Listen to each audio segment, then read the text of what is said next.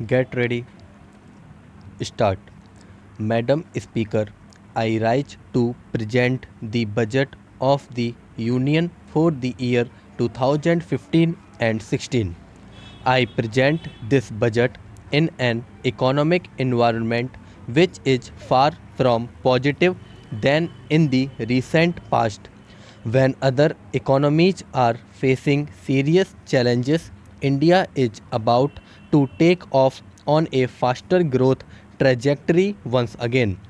The International Monetary Fund has downgraded its earlier forecast of global economic growth by 0.3%, and the World Trade Organization has revised its forecast of world trade growth from 5.3% to 4%.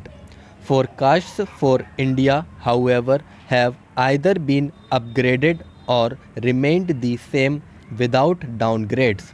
Madam Speaker, we have also embraced the states as equal partners in the process of economic growth.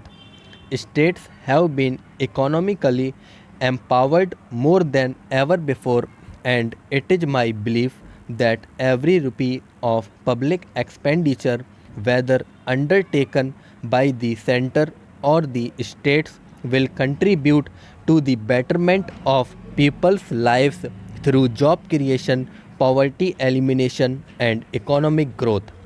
In the last 9 months, the NDA government, headed by Prime Minister Sri Narendra Modi, has undertaken several significant steps to energize the economy.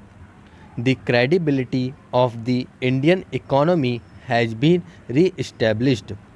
The world is predicting that it is India's chance to fly. Though the union budget is essentially a statement of account of public finances, it has historically become a significant opportunity to indicate the direction and the pace of India's economic policy. My proposals, therefore, lay out the roadmap for accelerating growth, enhancing investment, and passing on the benefit of the growth process to the common man, woman, youth, and child, those whose quality of life needs to be improved. This is the path which we will doggedly and relentlessly pursue. As the Prime Minister has often said, we are a round the clock, round the year government. Madam, allow me to describe the changes in the Indian economy since we first took office. In November 2012, CPI inflation stood at 11.2%. The current account deficit by the first quarter of 2013-14 had reached 4.6% of GDP, and normal foreign inflows until March 2014 were 15 billion.